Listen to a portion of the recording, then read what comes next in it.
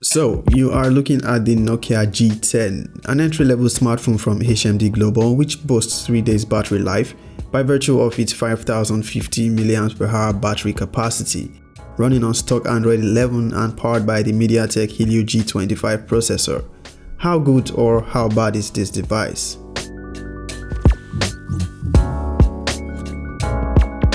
What up guys, the name is Izzy and welcome to the channel. So yep, this is the Nokia G10, a device that has been around for a while now, let's say 3 months I believe. I picked one up and I decided to review it, as the last Nokia device I reviewed on the channel was the Nokia 5.4 and that was a long time ago. I'll leave a link to that video in the description should you decide to check it out. The Nokia G10 is a device on the Android One program, so like other Nokia devices, this one runs on stock Android and it is going to get up to 2 years of OS upgrades. That is Android versions 12 and 13 guaranteed. Pretty solid for a device at this price point. I think only Samsung and Nokia offer such software support for their entry-level devices. And speaking of price, the Nokia G10 retails for about $145. I picked mine up for about 58,000 naira and I think there's a 4GB version that costs a bit more. This is the version with 3GB of RAM and 32GB of internal storage. The Nokia G10 comes in two colors, dusk and night. This one is dusk.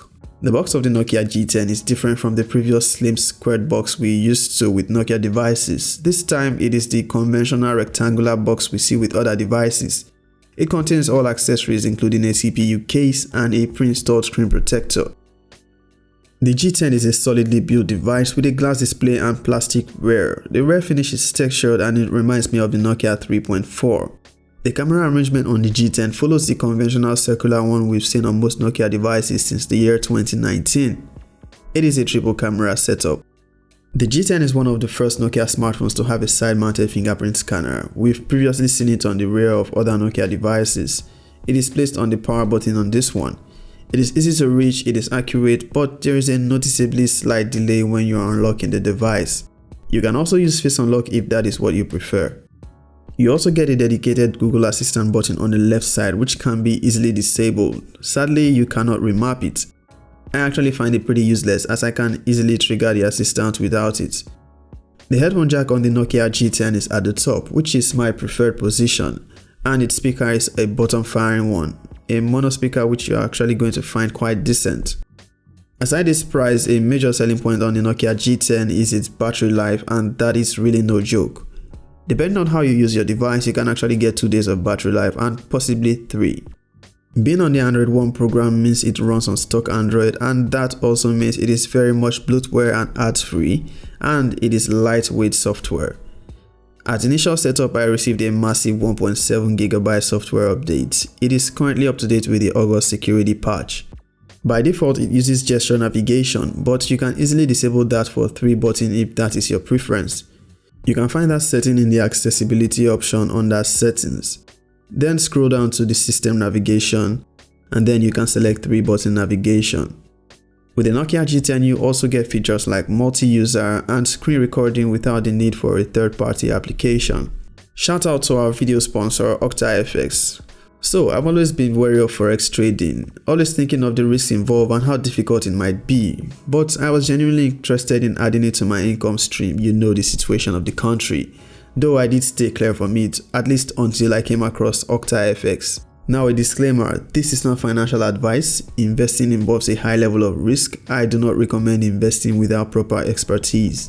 OctaFX is a global trading platform that helps forex traders make profitable and efficient trading decisions. I took their free course, watched a couple of webinars, and I started practicing with a demo account just to get a good idea of the process. It was a quaint, after which I moved to a real account.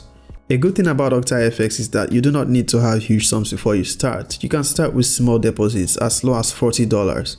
The OctaFX trading app is user friendly and you can easily download it from the Play Store and get started. It is only available on Android. Use the promo code on a real account EASY100 and you are going to get double whatever the amount you deposit. When you sign up, OctaFX will send you a welcome letter where it tells you how to start trading. Good luck. Now back to the Nokia G10. Its display is 6.52 inches tall and it has the water drop notch style for its selfie camera. It is an IPS LCD display with a resolution of 720 by 1600 and a 20 by 9 aspect ratio. It is a good display for its price and it is okay for media consumption. The Nokia G10 is a capable device when it comes to running your regular apps and a little multitasking compared to other similarly priced devices. It is easy to use and you will have no issues with this one for day-to-day use. If you do some light gaming, the G10 can handle it fairly well, but this is not a gaming device. You should have a bigger budget if that is what you want. The cameras on the Nokia G10 are a triple rear combination of a 13 megapixel main camera, a 2 megapixel macro camera and 2 megapixel depth sensor. The rear camera takes good photos, actually performs better than I would have expected at this price point. To get the best results, however, it is best to stay still for at least a second after hitting the shutter button, for I found that it's a bit slow to process. It might seem like it has taken the shot, but if you move too quickly, you are going to end up with pictures like this. This happens on both the selfie and the rear cameras. That pretty much rules out taking photos in a hurry or while on the go. The selfie camera on the Nokia G10 is an 8 megapixel camera. It also does okay with both normal and portrait shots. You'll be pretty much getting your money's worth.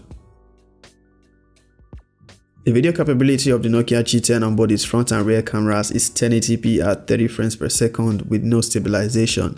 Not like I would expect that at this price point. This is a video from the selfie camera of the Nokia G10.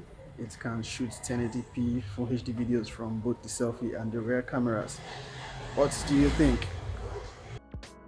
The Nokia G10 is a solid device I recommend for its price. It is easily one of the best entry-level devices by virtue of software, battery life, and it is also affordable.